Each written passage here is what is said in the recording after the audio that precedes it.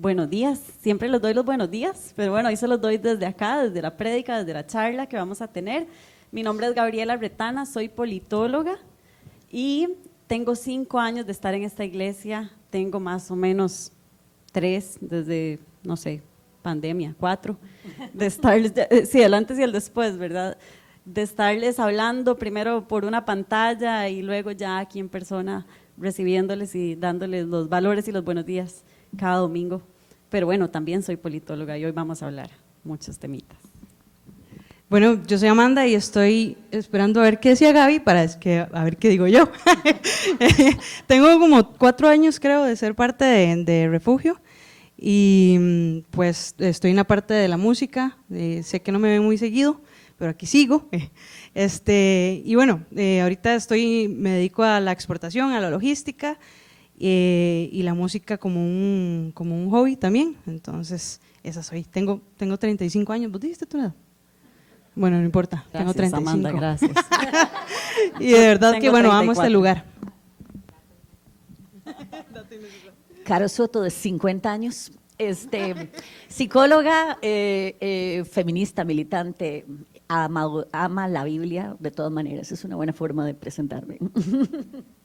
Laura Jacob, psicóloga también, estudié música también, entonces soy psicóloga, música, casada con un pastor, pero yo católica, y mamá de 2 tesoritos que amo.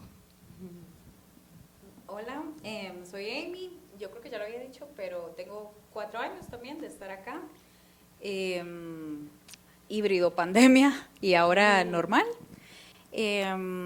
Bueno, trabajo en mercadeo digital también ya desde hace varios años, siempre me ha gustado todas las áreas de comunicación, pero también, como dice Caro, muy importante siempre en espacios de mujeres y tejiendo redes con mujeres. Muy bien, muy bien. Sí, es cierto. Y definitivamente lo que queremos es que mucho de lo que hagamos en la iglesia no sea una semana de cosas, una serie de charlas, no. Lo que queremos es definitivamente que esto impacte nuestras vidas. Entonces vamos a estar adelante, vamos a estar realmente tratando de tomar un lugar. Yo quisiera decirles que se piensen ustedes un poquitito, gracias. ¿Qué sucede cuando nosotros vamos a una procesión? A ver, cierren los ojos y pónganse ustedes las veces que han estado en una procesión. ¿Qué hay más? ¿Hombres o mujeres? Mujeres, ¿verdad que sí? Cuando ustedes van a una reunión de padres de familia, ¿qué hay más? ¿Hombres o mujeres? Mujeres. En los hospitales, cuando están las filas para entrar a ver a las personas enfermas, ¿hombres o mujeres? Mujeres. Cuando estamos viendo reuniones de gente con poder, ¿qué es lo que más hay? Hombres. ¿Qué hay más? ¿Maestras, profesoras o maestros y profesores? ¿Pero qué hay más? ¿Directoras o directores? Gaby, cuando nos pusiste esa imagencilla por ahí, ¿qué estábamos pensando? Contame. Bueno, esa imagen es una historia real de Costa Rica el año pasado con motivo del 8 de marzo, Día Internacional de la Mujer, donde un grupo de caballeros se sentaron en un foro a hablar sobre la economía de las mujeres, sobre la autonomía económica de las mujeres. Y la única mujer que vemos ahí es la moderadora. Es porque a veces cuando nosotros estamos hablando de la situación de la mujer en el 2025, una de las críticas más comunes es, ¿pero por qué si ya lo tienen todo? ¿Por qué si ya tienen igualdad real? No, ¿verdad? O sea, realmente nosotros queremos hacer un análisis del estado actual de las cosas. Y para eso fue que pedimos este panel tan fino que tenemos acá. Y queríamos empezar por la situación de las mujeres en la política. ¿Cómo es la realidad? Gaby no lo dijo, pero Gaby es ex vicealcaldesa de Alajuelita. Así es que no solo es politóloga, es alguien que realmente ha estado activa en el proceso de la política y muy importante decirlo de las políticas que sí valen la pena. Hay gente que dice que la política, todos son corruptos, todos son sucios, todos son… Bueno, esta dama no tiene ningún cargo, ningún salario y sigue siendo activa políticamente en la comunidad. Sí hay políticos que valen la pena, lo que nos toca es reconocerlos.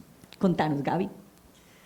Bueno, para empezar, desde el ámbito político y las mujeres podemos analizarlo de muchas formas, pero hoy por un tema de tiempo vamos a hablar de la participación política de las mujeres como tal, activamente en partidos políticos y en cargos de elección popular, y también de la influencia que tiene la política sobre las decisiones políticas sobre la vida de las mujeres, ¿verdad? Tenemos que decir que en este país, y como en muchos otros países, solo 87 países de todo el mundo han sido gobernados alguna vez por una mujer. La participación política de las mujeres es muy baja, ha sido históricamente muy baja, y no porque no le guste, como dijo un caballero ex precandidato a la presidencia de este país, dijo que es que las mujeres no están en política porque no les gusta. No estamos en política porque no se nos ha abierto el espacio que necesitamos para participar. Pero en este país, a partir del 2020, se dieron una serie de reformas al Código Electoral para propiciar y casi que obligar a los partidos políticos a que se les diera a las mujeres espacios elegibles en las elecciones, tanto nacionales como municipales. ¿Qué sucedió? Se le impuso a los partidos políticos que tenían que cumplir con una norma de paridad y alternancia, es decir, que si pones a un hombre de número 1, por ejemplo, en las candidaturas a diputaciones, tenés que poner a una mujer en número 2. Entonces, ¿qué pasó? Hubo partidos que no lo lograron y que no pudieron inscribirse. Por ejemplo, en las elecciones municipales pasadas hubo un partido que fue muy polémico porque no logró poner la misma cantidad de candidaturas de hombres y de mujeres en todo el país. Y luego dijeron que era culpa del Tribunal Supremo de Elecciones, por supuesto. También tenemos que hablar que hay muchísima violencia y acoso político a las mujeres que deciden involucrarse. Si una mujer alza la voz en la Asamblea Legislativa, la tratan terriblemente. O sea, las redes sociales, por ejemplo, están teniendo una explosión de odio y de violencia para las mujeres que han decidido involucrarse en temas políticos. También tenemos que decir que esto es un estereotipo de género, por supuesto, porque siempre los hombres son los que tienen el liderazgo, los hombres son los que tienen la cabeza del hogar y también de la política, ¿verdad? Entonces, hay toda una serie de ataques a aquellas mujeres que han logrado posicionarse políticamente, tanto en este país como fuera de este país, ¿verdad?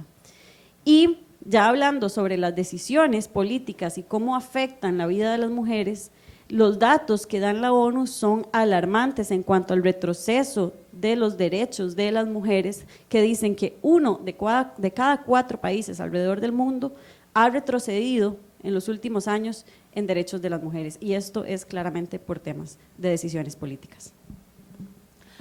Otra cosa muy importante que nosotros tenemos que ver, y lo está mencionando ahora Gaby, es que a veces la familia se convierte en una cosa chiquitica que se extiende a más grande.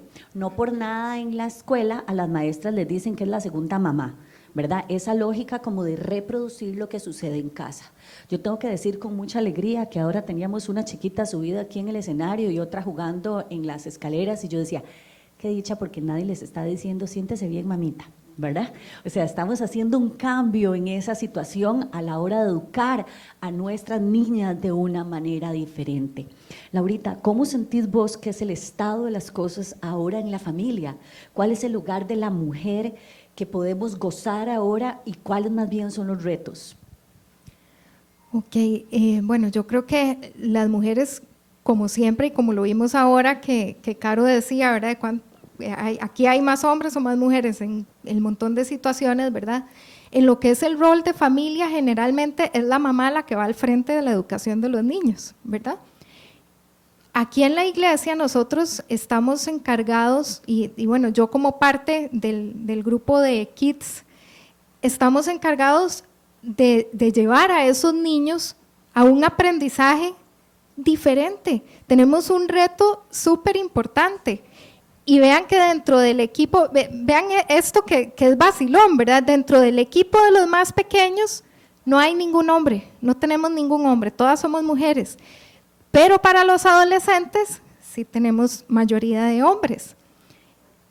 un día de estos, hace como 2 o 3 semanas, tuvimos la visita de un hombre, de un papá, a la escuela de niños, no, al grupito de kids. Y a mí me alegró demasiado, ¿verdad? Fue como, wow, un papá. Hace como 2 meses tuvimos otro papá que llegó y uno de los niños preguntó, ¿y qué hace un papá aquí? Qué duro.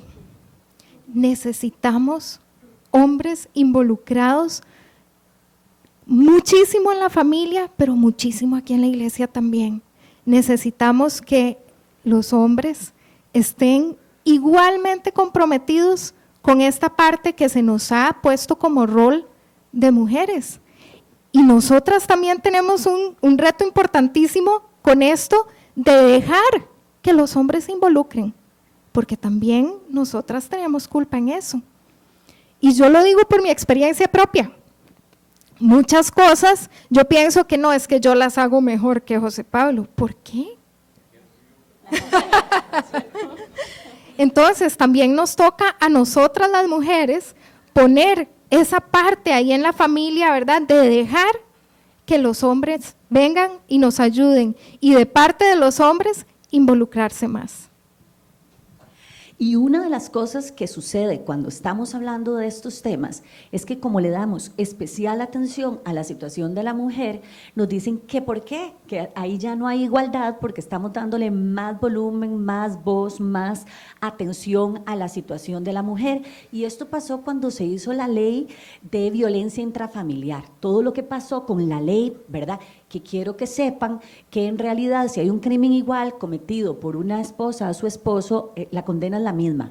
La única diferencia es que la ley es de agilidad y rápida porque se nos están muriendo y mucho, ¿verdad? Pero entonces ya hay ley y ya hay todo. ¿Cuál es la situación para las sobrevivientes? ¿Cuál es la situación que tenemos las mujeres hoy? ¿Qué tan protegidas realmente están? Bueno, la situación realmente es alarmante y como yo lo decía en mi charla, es muy desesperanzadora en cuanto a uno acude a los lugares que se supone que uno tiene que acudir y que a uno también le exigen que uno tiene que acudir. O sea, es muy fácil decir, vaya, denuncie. Es como, si usted supiera lo que uno tiene que enfrentar ahí, aparte de que si es que la cosa avanza, usted tiene que ir a encarar a su agresor, ¿verdad? Y bajo qué circunstancias. Realmente no sé si a uno se le ha, o sea, son pocos los casos donde a uno se le ha armado para poder ir y enfrentar esa situación. No hay un acompañamiento a eso, ¿verdad? Y lo que se ve mucho es que, como dice Carito, se escucha mucho ay, las leyes están del lado de las mujeres, ahora ustedes son las que las llevan de ganar. Y es que hay mucho en leyes en papel, y sí se ve eso, y cada vez pueden haber, no sé, discusiones, pleitos en la asamblea, y aprobemos otra ley, aprobemos otro proyecto de ley, pero todo se queda en el papel. Cuando salimos a la calle y vemos las cifras, vemos lo que las mujeres enfrentan todos los días en sus hogares, decimos, no hay coherencia de lo que se firma en un papel a lo que se vive en las casas en el día a día. Y ay, perdón, es que no veo. Ok, que las acciones son meramente reactivas, no preventivas. Gracias. Porque no hay una reforma realmente en los sistemas educativos, ni en la casa, ni en las escuelas, colegios, en general en el sistema social, pues. Entonces es como decir, ok, está bien, si se está dando una situación de violencia y estamos llamando al 911 para pedir ayuda y apoyo en ese momento para salvaguardar la vida de la mujer o de la víctima que está haciendo en ese momento, sin embargo, no se está reformando desde la raíz, porque no sirve de nada que hagamos esto si vamos a seguir promoviendo un sistema educativo sumamente machista y violento, porque al final siempre va a ser eso, como cuando aparezca el fuego, bueno, llamamos a los bomberos y que lleguen, ok, pero ¿cómo hacemos para prevenir ese fuego? Que eso es lo que realmente no se da. Y que hay falta de apoyo de las autoridades también, que es lo que también les comentaba la vez pasada, porque si uno se da cuenta, realmente todo tiene que venir desde la autogestión de uno, o sea, es como que uno tiene que hacer el trabajo de ellos, realmente. Si ellos quieren pruebas y todo, usted les tiene que llevar ya todo armado, hecho el caso básicamente, para que ellos después lo revisen y digan, bueno, sí, procede. Y aquí, no sé, podemos hablar, por ejemplo, del caso de las madres buscadoras en México, que nadie les da respuesta de sus personas desaparecidas, de sus mujeres, de nada, y son ellos los que tienen que hacer el trabajo del Estado. Recientemente se destapó un caso terrible que parece de terror, que parece que siguiéramos en el Holocausto, donde salió de un lugar donde literalmente asesinaban, desmembraban y quemaban personas ahí, y lo descubrieron un grupo de ciudadanos de ese lugar, que eran de las personas buscadoras, de las madres buscadoras. Entonces, es decir, volvemos a este punto de que si nosotros queremos prevención, si nosotros queremos apoyo, siempre tiene que ser desde las fuerzas individuales. O sea, siempre tiene que ser porque yo tengo un círculo que me sostiene, que me protege, tal, pero como un sistema como tal en el Estado, no, o sea, está fallando realmente. Y lo vemos ahí, veíamos la imagen que puso Gaby de este foro que era para hablar de la economía de las mujeres y eran solo hombres, y a mí casi me da un ataque cuando vi que ahí estaba la bandera del INAMU. O sea, que les digo yo, como institución, como entidad, ¿qué pasa? No le solo una alarma roja en la cabeza de decir, mira, deberíamos de poner a mujeres a hablar de economía de mujeres, ¿verdad? Es ahí donde uno realmente se da cuenta que las instituciones, pues no, están fuera de sí. Y cuando nosotros estamos hablando de discriminación, hasta en chiste lo decimos, ¿verdad? A mí no se me olvida ir a una marcha antes de la aprobación del matrimonio LGBTQ+, ¿verdad? Y que estábamos ahí todos aliados, trabajando en el asunto, veníamos de regreso y esa marcha fue muy bonita porque realmente todo el mundo estaba como muy solidario y todo. Y cuando venimos de regreso, me encuentro a dos caballeros diciendo, uy, pero esos son un grupo solo de lesbianas. ¿Ah?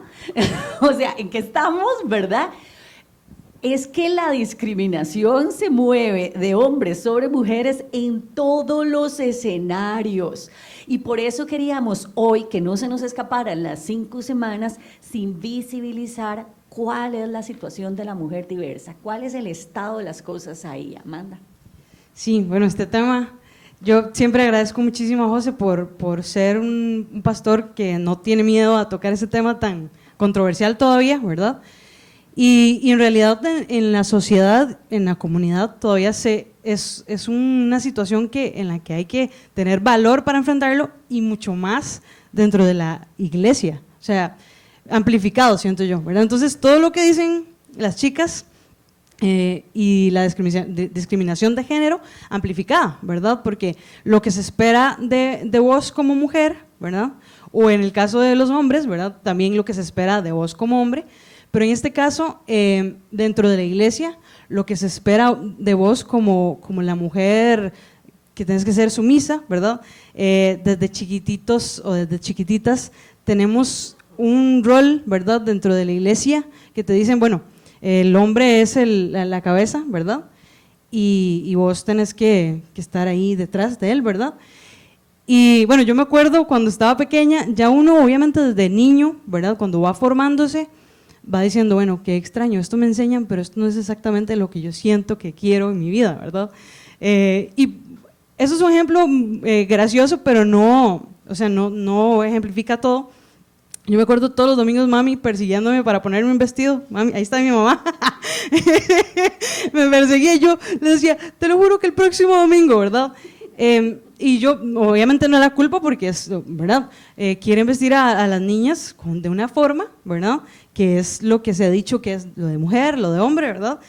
Y yo desde ese entonces, yo ya sabía que yo odiaba andar vestido, te ves muy linda con ese vestido, pero yo odiaba los vestidos, ¿verdad? Y eso no significa ya y no determina tu género, ¿verdad? Obviamente, o sea, tu sexualidad, etcétera, o sea, no. Pero es una de las cosas que ya vos como niña vas sintiendo que, bueno, si tenés que hacer la primera comunión y sos una niña, tenés que vestirte, tenés que ir con un vestido, ¿verdad?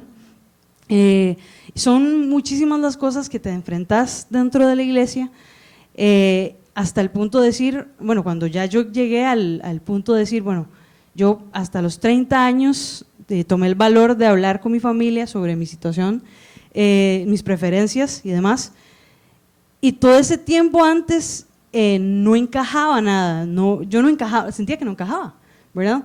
O sea, incluso las mujeres que simplemente no son femeninas, ¿verdad? Porque tal vez no les gusta vestirse femeninas, pero no significa también que sus preferencias sexuales no, ¿verdad? Son distintas o qué sé yo, pero nos encasillan en algo que tenemos que cumplir. Y cuando hablo por primera vez con José, yo le digo, es que a mí me gusta cantar, pero no voy a volver a poder cantar en una iglesia, ¿verdad? Esa es una de las cosas, de las primeras cosas que yo dije, ¿por qué como cristiana yo sentía que ya hasta ahí se acababa mi mundo cristiano, mi servicio, el talento que Dios me había dado? Dije, bueno, voy a seguir cantando tal vez en chivillos o lo que sea, pero eso no era solamente mi pasión, o sea, yo disfrutaba muchísimo el tiempo donde yo podía servir a Dios a través de la música, ¿verdad? Pero yo dije, me van a acribillar, o sea, primero que nada la gente a veces espera que el hombre sea el que lleva el liderazgo. No sé si han escuchado ¿cómo se llama? Esto que dicen que tiene energía masculina y energía femenina, ¿verdad? Y que si es líder es porque tiene energía masculina, o sea, increíble. Pero dentro de la iglesia todavía, tal vez en esta iglesia mucho menos, porque quienes son cabeza aquí, quienes les lideran, tienen esa apertura, pero usted va a otra iglesia en este momento, tomado dos mujeres tomadas de la mano, yo voy con mi novia, tomada de la mano de ella, y puede ser que no nos digan nada con la boca, pero con los ojos nos hacen un escaneo, ¿verdad? Y no podríamos tener un rol de servicio, tendríamos que primero ir, cambiar, ¿verdad? Ser otras, regresar ya cambiaditas y listo. Entonces creo que es una tarea pues, en la sociedad y dentro de la iglesia monumental. Y es que de alguna manera, cuando nosotros hablamos de la comunidad, no podemos dejar de lado nuestro ser cristiana, no es como dos cosas diferentes, realmente es parte de lo que somos y es lo que quisiéramos que fuera. Si nosotros decimos que somos cristianos, que somos cristianas, esperamos que se nos note, esperamos que esa pasión la vea todo el mundo alrededor. Y por eso no queríamos dejar de pasar, cuando hablamos del estado de las cosas, ¿qué nos dice la palabra sobre esto? ¿Qué es lo que realmente… Mentira, esa es Amandita, yo creo. Sí, ya. ¿Verdad? Es que tengo dos Amandas, entonces esa es mi Amanda. Este es el tuyo, Efesios. Ajá. Okay. ¿Verdad? ¿Qué nos dice a nosotros? ¿Qué se espera de nosotros? Una de las cosas que les recuerdo, no se les vaya a olvidar, tenemos allá afuera una manta que tiene por objetivo que podamos ir a poner nuestros grafitis, nuestras reflexiones, nuestros aprendizajes. Eso que queremos decir, nuestro sueño es que el próximo 8M vayamos a la marcha con nuestra manta hecha aquí mismo, pero está allá afuera. Y una de las cosas que yo puse es que la Biblia se usó para oprimirnos, pero nosotras la leemos como canto de libertad. Y eso es lo que queremos hacer ahora, tomar los textos bíblicos y que sean nuestro canto de libertad. Efesios 5, 28, 29. Amy, ¿qué nos cuenta? Ok, primero, bueno, lo voy a leer, que dice: asimismo el esposo debe amar a su esposa como a su propio cuerpo. El que ama a su esposa se ama a sí mismo, pues nadie ha odiado jamás a su propio cuerpo. Al contrario, lo alimenta y lo cuida, así como Cristo hace con la iglesia. Esto sí me pareció como bien bonito y bien importante la enseñanza, porque creo que a veces se nos ha mal enseñado la idea de lo que es el amor y sobre todo el amor en pareja, ¿verdad? E incluso mismo en muchas iglesias que nos martillan el que el amor todo lo puede, todo lo soporta, y eso significa aguante palo o aguante que le sean infiel, o ¿verdad? Y realmente que no es así. Las relaciones se construyen verdaderamente desde el respeto, desde el considerar lo que a la otra persona le hace bien, no le hace bien, y también un poco de sentido común, vamos, ¿verdad? ¿Quién le va a hacer bien que su pareja le falte el respeto, la insulte, la agreda físicamente, ¿verdad? Y me parece que una guía pues muy importante y muy esencial para nosotros que somos creyentes, pues obviamente es ver cómo nos ama Jesús todos los días. Y es decir, pucha, si Dios me ama así y Dios me trata así, también para uno como mujer creo que es también como una alarmita que debería de hacernos sentido, el decir, si Dios me ama tanto es tan fiel, está conmigo siempre, me trata con tanto respeto, me abre puertas para yo lograr tantas cosas, ¿por qué me voy a relacionar con alguien que hace todo lo contrario, verdad? Que más bien me apaga, no le gusta que yo brille, sino más bien, uy, no, mientras más calladita, mejor, ¿verdad? No me estorba tanto y no me genera tanto recelo, ¿verdad? Al contrario, sino una persona que uno creo que ahí puede ser como un buen indicador cuando uno tiene una pareja, es decir, mira, esta persona también se comporta un poco como es realmente el amor de Dios conmigo, que es fiel, es constante y realmente no me hace sentir como que está mal ser yo, ¿verdad? Porque también desde eso se nos martilla mucho el decir como que uno, el pecado, ¿verdad? Y que uno debería ser perfecto y todo esto, y al contrario, Dios sabe quiénes somos todos y todas nosotras y ahí está, fiel, amándonos, y no quiere decir, por supuesto, que entonces uno diga, ay, voy a hacer lo que quiera, ¿verdad? Pero el tampoco decir, bueno, si me equivoqué ya es el fin del mundo, no. Y lo mismo tal vez buscarlo en un compañero o en una compañera de vida. Uy, no, es al revés.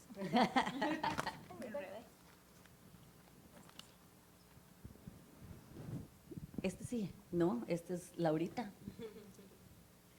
La familia. Ok. ¿Cuál es la situación de nosotros? Vamos a leer los textos todos de corrido, chiquillos. Entonces, la idea es que ustedes puedan estar diciendo, ok, que Jesús me ame, ¿verdad? Es nuestro primer modelo. Yo no voy a estar con alguien, o sea, si ya el Señor me dio libertad, ya me dio amor, yo no me voy a pasar.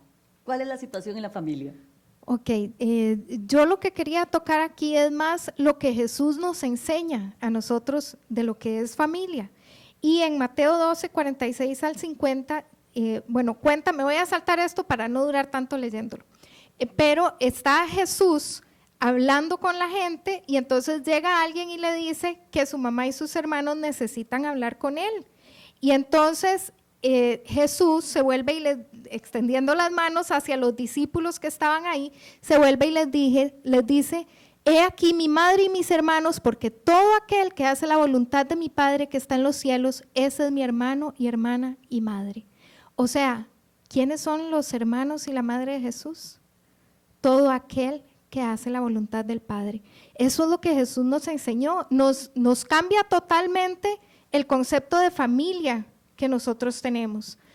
Nos cambia totalmente el que es familia, nada más el que es de sangre, sino que nos dice que es todo aquel que hace la voluntad de mi Padre. Eso quiere decir que nosotros todos aquí somos familia, estamos aquí. Que esos chicos que están allá en la clase son dirigidos por cada uno de nosotros. Y es un rol súper importante. Nosotras las mujeres tenemos que aprender también de esto que Jesús nos está enseñando, cambiar la forma en la que hacemos familia.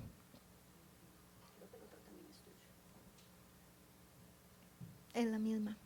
Aquí el que tenemos es Juan 19, 26, 27, es el mismo principio en otro evangelio, ¿verdad? Cuando ustedes ven algo que suena muchas veces, a eso es a lo que tenemos que darle realmente pelota. Juan 20, 13, 18. Bueno, aquí lo que tenemos básicamente es la resurrección de Jesús. María Magdalena va junto con otras mujeres al sepulcro. Vamos a empezar diciendo que los evangelios mencionan a Magdalena 13 veces, de las cuales 12 ella está durante la pasión, muerte y resurrección de Jesucristo.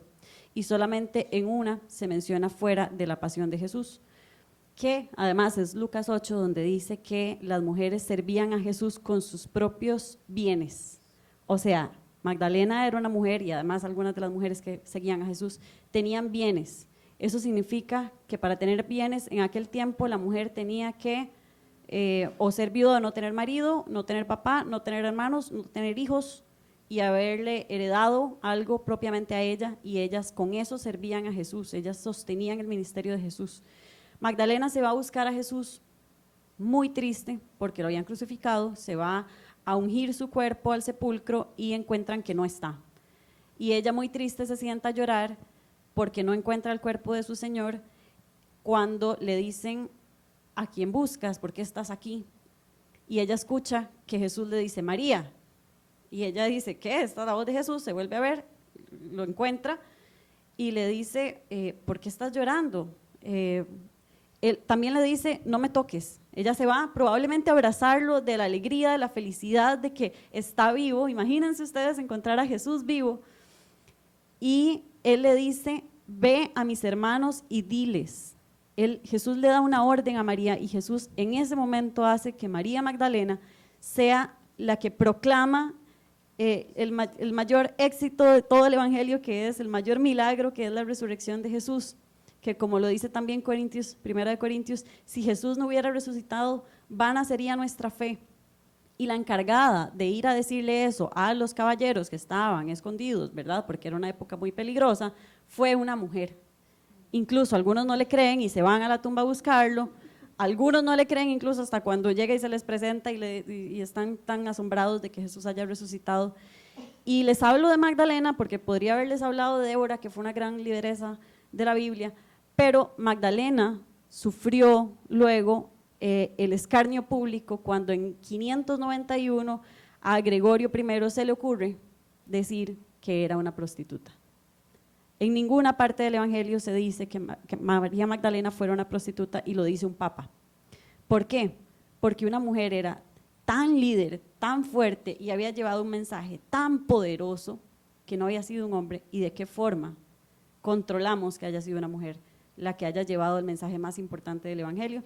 Y fue, lamentablemente, mediante la forma de denigrar su imagen diciendo que era una prostituta. Y ahí ya entramos en otro tema, que es cómo el que maneja la sexualidad maneja también la moral y maneja también a las mujeres.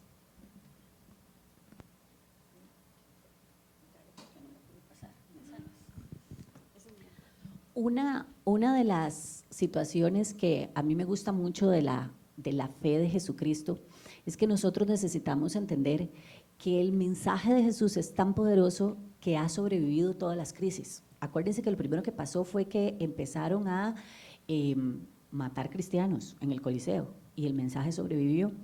Voy a mencionar solo algunos, ¿verdad? Pero la Inquisición y el mensaje de amor sobrevivió, la conquista y el mensaje de libertad sobrevivió.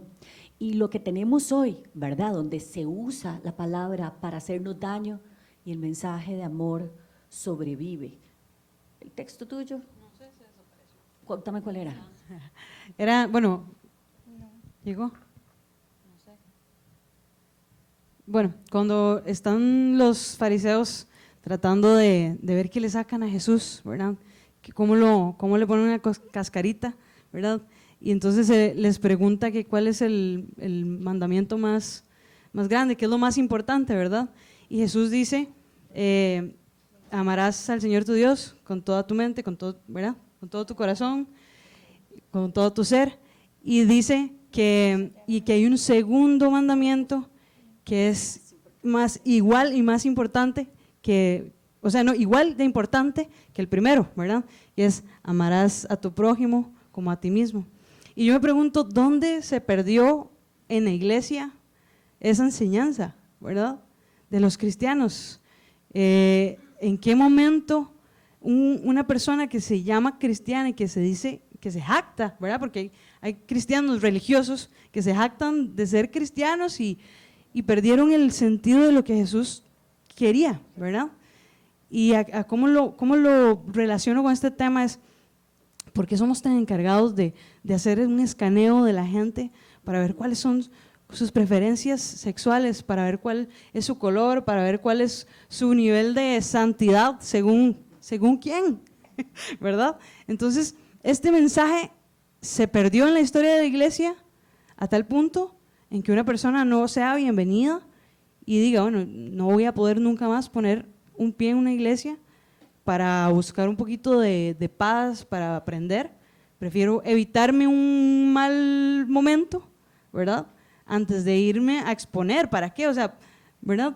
Y se perdió eso completamente. Es como el amor sublime de Jesús, el amor que Él nos enseñaba, que es lo que decimos nosotros los cristianos que es lo más importante, y a veces es lo que menos se practica. es Mateo 22, versículos del 36 al 40. Y muy, muy importante que nosotros podamos entender esto. Toda la ley se resume en esto: amar a Dios sobre todas las cosas y al prójimo como a ti mismo. Quiero hacer esta salvedad porque durante estas semanas me he encontrado muchas personas sintiéndose sumamente culpables por lo que sea, ¿verdad? Ya Jesucristo murió por usted, Él de verdad quería libertad. Yo creo que tenemos que entender que para amar al prójimo como a ti mismo, hay que empezar por amarnos a nosotras mismas, ¿verdad? Y muy, muy importante decir que en esta iglesia no solo recibimos toda la diversidad de pecados, para decirlo así, ¿verdad? Porque es como que si de pronto el único pecado que existiera fuera el que se le ocurre al de moda, sí, yo no sé, como, no sé, cuando se les ocurrió la brujería para quemar mujeres, o sea, buscan alguna carambada rara, pero es muy importante entender que aquí nadie es perfecto y pecadores somos absolutamente todos, y en efecto, uno no tiene que andar sacando filtro para ver cuál es el pecado de cada uno. Por ejemplo, yo estoy aquí absolutamente asombrada con el montón de tatuajes, ¿verdad? Yo no sé. Porque acuérdense que hay carambadas que se les ocurre por moda que es pecado, por moda, ¿verdad? Pero aquí no solo vamos a recibir a todo el mundo como Jesucristo recibió a todo el mundo, no solo para que entre en la iglesia, sino para que sirva. Todos nos vamos a sentar aquí a servir porque ni uno solo está libre de pecados, pero el único que te va a decir cuál es el pecado que tenés que resolver es Dios contigo. Nada más. Y yo creo que eso es muy importante que lo tengamos muy claro. Eso es una conversación tuya con Dios de qué es el área de perfeccionamiento que sigue. Y Él sí te va a decir qué es lo que de verdad persigue. Pero a todos como iglesia, ¿qué nos corresponde? ¿Cómo nos convertimos en aliados y no en cómplices? Pásame una más, porfa. Ok. En el caso para apoyar o acompañar a las personas sobrevivientes de violencia, primero que nada, escuchar y acompañar sin juicios. Creo que esa también fue una de las sugerencias que hicimos la vez pasada, que el solo hecho de la escucha es súper importante. Gracias.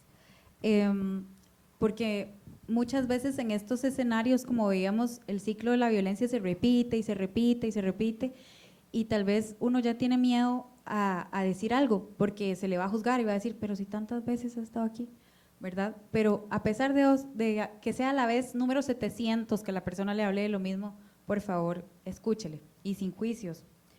La segunda es predicar sobre el respeto y la visión del trato que tenía Jesús para nosotras, que eso lo hemos estado haciendo acá y ojalá se continúe haciendo, ¿verdad? Y para quienes quieran asistir al Círculo de Mujeres Chicas, lo hacemos todos los meses, que es lo que tratamos también de ver, de que Jesús realmente tenía un trato muy amoroso hacia nosotras las mujeres.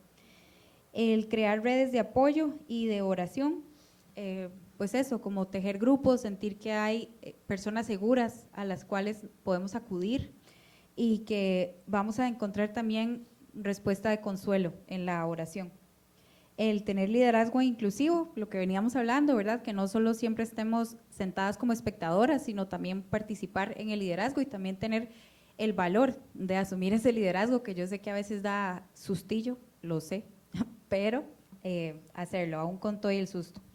Y también el denunciar, el no ser cómplices, de quedarnos en silencio, de saber las cosas, y aunque sabemos que los procesos en el Estado son lentos, igual acompañar y denunciar. Gaby nos dijo algo que es muy importante. En efecto, quien controla la sexualidad de un pueblo, controla al pueblo. Eso es histórico, ¿verdad? ¿Qué es lo que podemos hacer para convertirnos en aliados y no en enemigos en este proceso en lo político? Sí, bueno, como les decía, a María Magdalena le costó 14 siglos que llegara otro papa en el 69 y le quitara el apelativo de penitente, que era de prostituta, ¿verdad? Así que hemos visto cómo históricamente tanto los ambientes eclesiásticos como políticos han querido controlar la sexualidad de las mujeres para tener poder sobre ellas. Y hemos visto también en este país cómo hace apenas unos meses el gobierno propuso, por ejemplo, penar el aborto cuando ya está penado en este país. Entonces uno dice, ¿para qué lo hace? Si no es para poner en la palestra temas políticos que le pueden servir electoralmente, ¿verdad? Entonces Son cosas que tenemos que cuestionarnos. Los gobiernos, las políticas, ¿lo están haciendo realmente porque es para las mujeres o lo están haciendo para controlar a las mujeres? Tengamos criterios sobre eso. También quiero hablarles de un par de conceptos. El primero, el techo de cristal. A María Magdalena le pusieron un techo de cristal. ¿Qué es un techo de cristal? Es una barrera invisible que le ponen sobre todo a las mujeres para decirle, usted llega hasta aquí. Y sucede mucho también en las empresas. Usted llega hasta aquí, usted no puede ser la gerente. Puede que usted tenga su currículum muchos más atestados que el caballero que termina siendo el gerente, pero usted es mujer, usted llega hasta aquí. Eso pasa también mucho en la política y sobre todo en la política local. Usted puede ser regidora, pero alcaldesa ya está más difícil, ¿verdad? Y tenemos muy pocas alcaldesas en el país además. Entonces también pensemos mucho cómo nosotros hemos aplicado este techo de cristal imaginario o cómo lo vemos reflejado en las políticas o en las empresas. Y también quiero hablarles del concepto de la silla vacía. La silla vacía es cuando algún grupo minoritario, ya sea mujer, persona afrodescendiente, de la población LGBTIQ+, generalmente a las mujeres, no se les toma en cuenta para la creación de políticas o para los foros o para el debate de ciertos temas que son importantes y que les incumbe, como la foto que veíamos al principio. La silla vacía sucede porque a esa persona, por su condición, no le dan el espacio para participar o porque esa persona, por su condición, cree que no tiene las suficientes calidades para participar de ese espacio. Entonces queda una silla vacía. Adivinen quién ocupa la silla. En esa silla se termina sentando un acosador o un corrupto. Así que, compañeras, ocupemos esa silla y no la dejemos vacía. Igual en la diversidad, ¿qué podemos hacer todos los que estamos alrededor para de verdad ser aliados de este proceso de generarle a todo el mundo la misma libertad, todos los derechos para todas las personas? Claro, hay que normalizar que habemos muchas personas distintas, o sea, que no dejemos de llamarle pecado al que una persona no ame de la misma manera en que usted cree que tiene que amar, ¿verdad? Y si normalizamos esto dentro de nuestras familias, porque, vea, yo le aseguro que usted, me sentí toda política, tienen una persona cerca que no saben, pero que probablemente está luchando para ver cómo hace para enfrentar el tema de la sexualidad, para aceptarlo, aceptarse y aceptar o poder salir y sentirse aceptado. Entonces, seamos cuidadosos con lo que decimos, porque usted puede estar haciendo una broma que usted no sabe la persona de la par por qué está viviendo, ¿verdad? O sea, qué está pasando, qué está viviendo. Entonces, seamos conscientes de eso y más dentro de las iglesias. ¿Por qué decimos, no? De esto estaba hablando con una conocida y dijo es que había llegado, mis papás son, mi mamá fue pastora y junto con mi papá, y dijo, la hija de Robinson, el pastor. así lo más fariseo, ¿verdad? Pero eso, ¿por qué? Porque la hija de Robinson, el pastor, no tiene que haber un trasfondo de una violación, no tiene que haber un trasfondo de una mamá mandona, ¿verdad? Porque no sé si usted ha escuchado eso, fijo, hubo una violación, fijo, es que la mamá es una mandona en la casa y entonces, ¿verdad? No existe eso. Entonces, creo que hay que normalizar que dentro de la comunidad cristiana hay muchas personas que usted ni se imagina. Ahí hagamos sentirse a los demás cómodos. O sea, no, si usted tiene un hijo y usted, pongámoslo así, usted es papá de alguien, de una persona y usted dice, uy, a mí me huele. Haga normal las situaciones. O sea, una hija heterosexual no tiene que llegar a decirle, papi, mami, este es mi novio heterosexual, ¿verdad? O sea, no tiene que decirle, es que me gustan los hombres, ¿sabes? Sorpresa, ¿verdad? No hay que pasar por ahí, no hagamos que el proceso que de todos modos ya en comunidad es difícil, sea mucho más difícil y mucho más difícil porque es cristiano y mucho más difícil porque mis papás son pastores o mucho más difícil porque mi papá es líder de la iglesia o porque yo sirvo en la iglesia. Hagamos que esto sea nada, o sea, que sea parte de, ¿verdad? Hagámonos sentir amados todos. Me encanta. Vieran que me estoy leyendo un libro sobre los dos cerebros, estudios neuropsicológicos sobre la diferencia entre el cerebro del hombre y la mujer. Sorpresa, la mitad del libro lo que queda claro es, no se puede. ¿verdad? O sea, lo que termina diciendo es, todos somos exactamente un mosaico de diferencias en todo lo que hacemos y es extraordinariamente simplista tratar de dividir todo en 1 y 2, en convertir algo en binario. Me encanta lo que decís, normalicemos que todos somos diferentes en un sinfín de cosas, la sexualidad inclusive. Laurita nos lo puso más sencillo. La conclusión fue, seamos Juan en un mundo de Judas. Cuando Jesús ya sabía que él no iba a estar más aquí, él se volvió donde su mamá y donde uno de los discípulos y le dijo, madre, aquí está tu hijo, hijo, aquí está tu madre. ¿Y qué pasó? Los convirtió en familia. Ajá. En un mundo donde hay traición, seamos Juan. Lo mismo que hizo Noemí con Ruth, ellas se adoptaron entre sí. Incluso Noemí se vuelve y le dice, váyase con la otra nuera, ¿verdad? Haga su vida otra vez. Y Ruth le responde, no, yo no me voy a ir de aquí. Ahora somos familia, yo voy a morir donde usted muera. Seamos nosotros un Juan, que en nuestras familias podamos enseñar que somos un Juan, que podemos convertir a las personas que tenemos alrededor en familia, que nos importan, que podemos darle amor, sea como sea. Vean, aquí incluso tenemos muchos niños que vienen con familias muy diversas. Niños de familias homoparentales, niños de familias que solo viene mamá o que solo viene papá, niños de familias que vienen con abuelitos, con abuelitas, o incluso que son chicos que vienen con personas que no son de sangre, que vienen acompañados por otra persona, y esa es su familia. Entonces, seamos nosotros de las personas que podemos acercar como familia a las personas que nos rodean. Y este es el momento en el que saquen su teléfono y escriban en el chat todas las preguntas que se les ocurra para que tengamos un ratito para eso. Jürgen Moltmann, me imagino que se dice, ¿verdad? Dijo, si las mujeres tuvieran que permanecer en silencio, entonces no tendríamos ningún testimonio de la resurrección. Gaby, yo quisiera que nos regalaras un momentito para explicarnos. Yo sé que es muy teórico, pero cuando hablamos de política no solo hablamos de un cargo político. ¿Qué significa que nos convertamos en entes políticos y que las mujeres tomemos la voz? Bueno, tenemos que entender que muchos de nuestros actos son políticos. El tan solo hecho de informarnos sobre qué está pasando en la sociedad es un hecho político. El solo hecho de decir estoy de acuerdo o no, el solo hecho de hablar con otra persona para explicarle qué es lo que está pasando.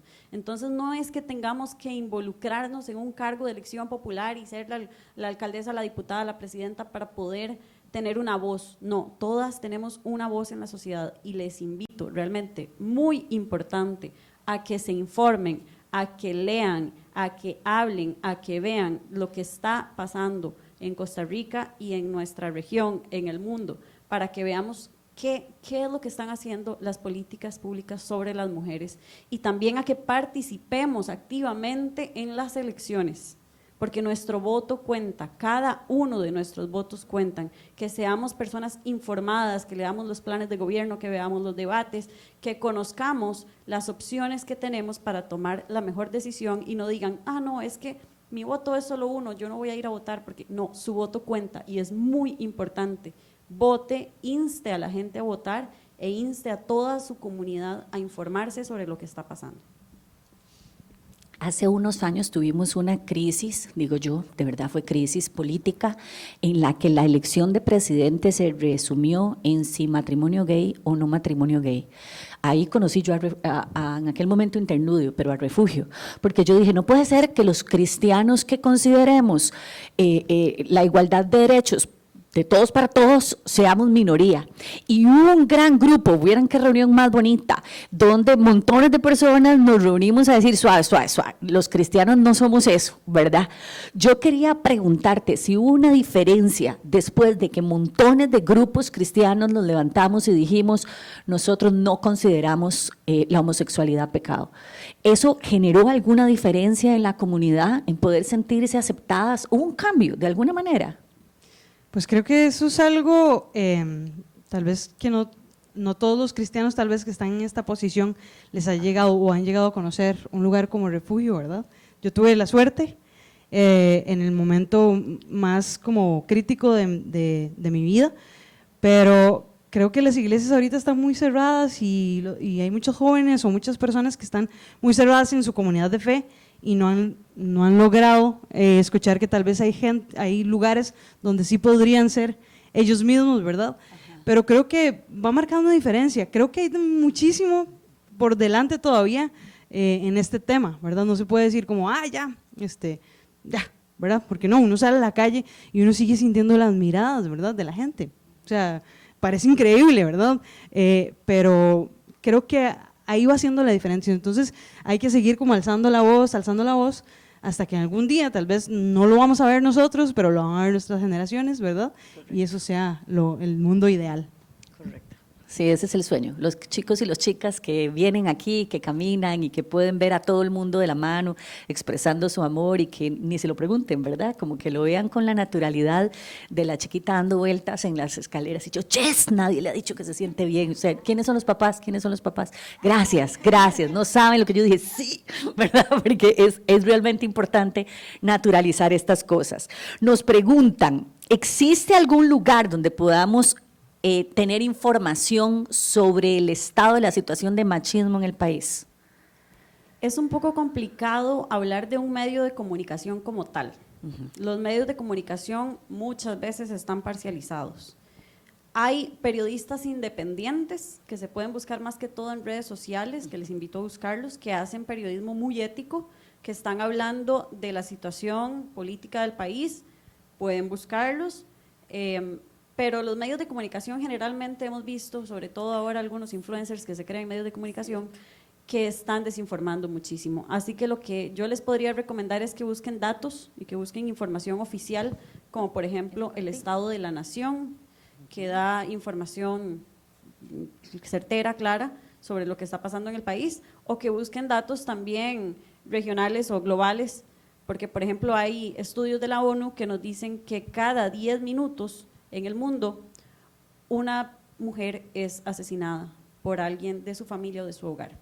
Así que hay datos que realmente tenemos que conocer, la ONU tiene información y en Costa Rica el Estado de la Nación también. También Sharon nos comentó la semana pasada que hay un estudio que se hace cada 5 años, muy, muy interesante, donde lo que se hace es el análisis de los periódicos, de todos los periódicos que se han ido, que han circulado, ¿verdad? Para que veamos cuál es el lugar de la mujer, cómo se le presenta a la mujer, cuáles son las informaciones que hay sobre la mujer. Este estudio sale cada 5 años, también por ahí lo tenemos como un observatorio. No, que yo quería sumar un poquito lo que dice Gaby, y principalmente porque ya vienen las elecciones. Desconozco si ya existe algún movimiento en esto, pero si lo hay, pues sumarse.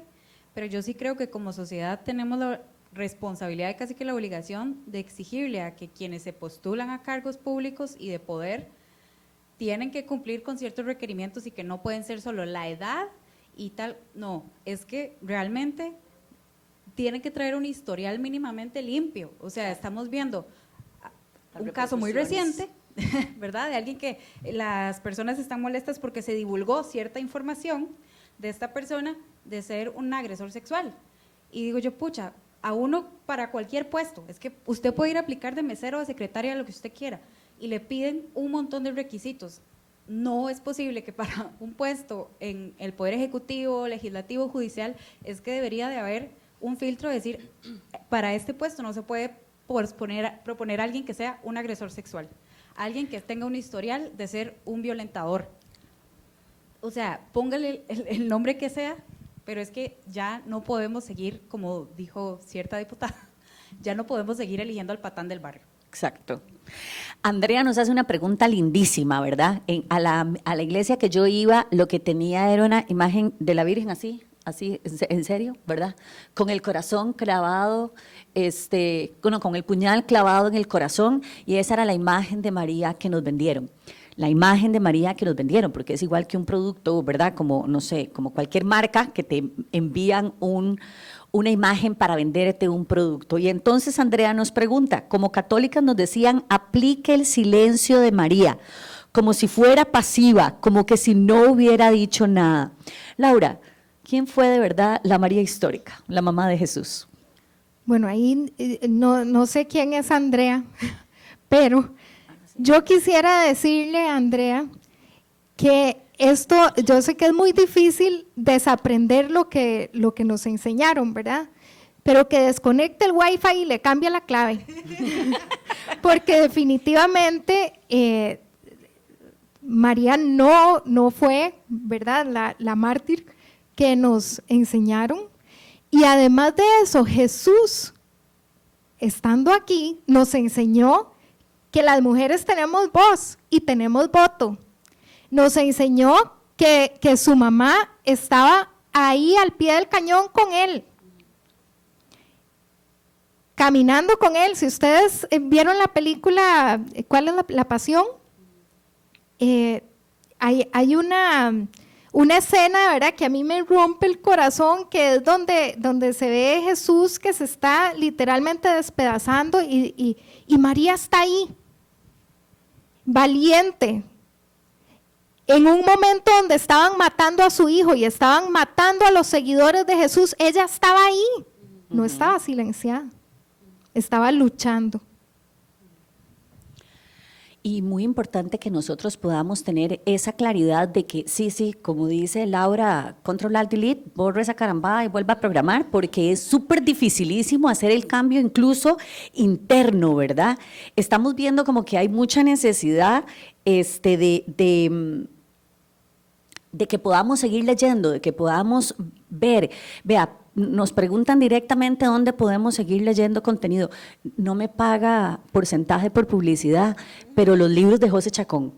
Los libros de José Chacón, de verdad. O sea, nuestro pastor ha escrito una serie de textos que de hecho son la razón por la que yo estoy aquí. Una vez cuando escribieron que sobre el tema de la homosexualidad la Biblia era clara, y ese era el título del textillo. Y yo me puse furiosa. ¿Quién es este bocón que tiene que leer muy por encima la Biblia para decir que la Biblia es clara con este tema, ¿verdad? Sarcástico como siempre, el caballero le puso ese título y así me leí el artículo para conocerlo, ir a buscar esa iglesia que estaba seguro en California o en Argentina y darme cuenta que estaba aquí en San José, ¿verdad? Entonces, los textos de José Chacón, yo voy a decir que por ahí empiecen, pero ya le mandé la chinita en el chat para que también él les cuente algunos. A mí me gustan mucho los textos de la VL también, ¿verdad? Tenemos mucho texto desde allá de mujeres escribiendo sobre la situación de la mujer y la mujer releyendo la Biblia, son textos también muy buenos. Esta pregunta está exquisita, Amanda. ¿Cómo dar la noticia de que eres homosexual en una familia cristiana sin culpa? Uy, yo sentía mucha culpa, no podría darle el secreto de sin culpa porque creo que depende del contexto en el que uno haya estado y que haya crecido, así va a ser ese momento, ¿verdad? No podemos generalizar. Esa mujer maravillosa que ven ahí, que es mi mamá, yo sé que ese momento para ella fue un momento difícil por haber sido pastora tantos años y haber crecido también en una familia católica, un contexto religioso toda su vida. Y el momento fue, yo me ataqué a llorar y yo no podía ni hablar, yo hablaba como así, yo no sé si me entendió algo, pero aunque usted practique, porque yo practiqué qué le iba a decir, qué palabras podía usar, el momento no es nada como usted se lo imagina. Yo dije, me van a echar, no me echaron, gracias a Dios, luego me eché sola, pero creo que el pensar, el simple hecho de decir, bueno, necesito vivir esta vida que Dios me dio, necesito sentirme realizada, necesito salir con libertad y ser quien soy, porque soy soy maravillosa, soy preciosa, tengo muchas cosas hermosas y no puedo vivir complaciendo a lo que yo pensaba que tal vez ella quería. Porque uno se lo pone aquí en la cabeza, uno dice, es que mi mamá quiere esto, mi mamá quiere aquello, y mi mamá nunca me había dicho que quería esto, que quería aquello. Pero uno dice, yo me imaginaba que eso era lo que quería, ¿verdad?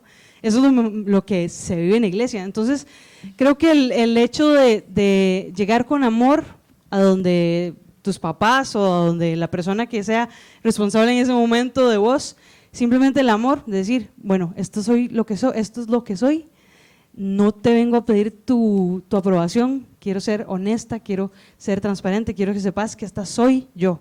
Y eso fue lo que le dije, esta soy yo. Y ya, lo demás es un proceso que el mismo Dios va encargándose, ¿verdad, ma? ¿Y verdad que me seguís amando? Mucho, dice que mucho. Qué linda.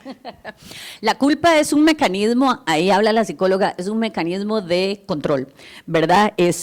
Técnicamente es una emoción diseñada como para proyectar de regreso el enojo. Estamos furiosos con una comunidad que nos rechaza, que nos maltrata, que nos hace sentir mal, pero todos los discursos ideologizantes, porque no son solo religiosos, dicen, no, pero la que está mal es usted. Entonces toda esa rabia que va para afuera se devuelve hacia uno en sentido de culpa, haciéndonos muchísimo daño. Así rapidísimo.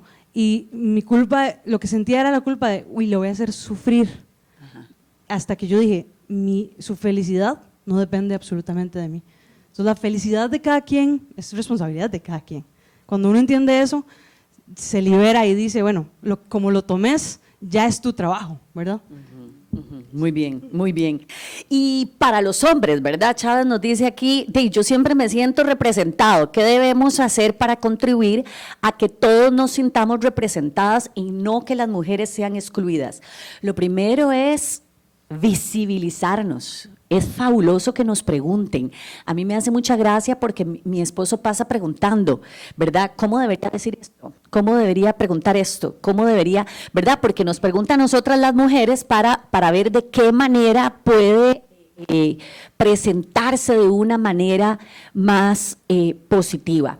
Yo creo que Sharon nos dijo una frase que es con la que yo quisiera terminar y anclándolo con lo que nos estaba diciendo Amanda. Nosotros necesitamos comprender que ahí donde todos estamos sentados, todos tenemos algún grillete, algo que nos hace sentir que no somos libres. Estamos hablando de la condición de la mujer y claro, llevamos 5 semanas hablando de eso, que si es solo porque soy mujer y líder, entonces mandona marimacha, cállese, ¿verdad? Espíritu de Jezabel, sal de ella, todas esas cosas que nos han dicho, ¿sí? ¿Verdad? Si es la condición de la diversidad y que entonces doblemente discriminada, voy a ver qué hace, ¿verdad? Se metió en política, quién sabe qué quiere en ese lugar, ¿verdad? Es la esposa del pastor, seguro por eso es que está ella ahí al frente, ¿verdad? Y la invisibilización absoluta, o el tema de lo que cuesta no solo ser migrante, sino migrante por una situación de tener que ser para proteger la vida. Pero esas somos nosotras, pero yo sé que todos ustedes tienen su historia. Y Charito nos dijo la vez pasada, toda la gente que sostiene la fe como una forma de opresión y represión, traiciona al Jesucristo de la Biblia, el que se paró al frente y dijo, hoy he venido a dar libertad a los cautivos. Yo quiero pedirles de corazón que revisen en lo interno de su corazón, ese disco duro que tenemos que resetear para poder reconocer que la libertad nos ha sido dada a todos. La invitación es concreta, releyamos los textos bíblicos, releámoslos con el objetivo de que sean un canto de libertad en todas las situaciones que nos implican en nuestra vida no poder tener la vida y vida en abundancia de Jesucristo. ¿Nos acompañan a orar para terminar?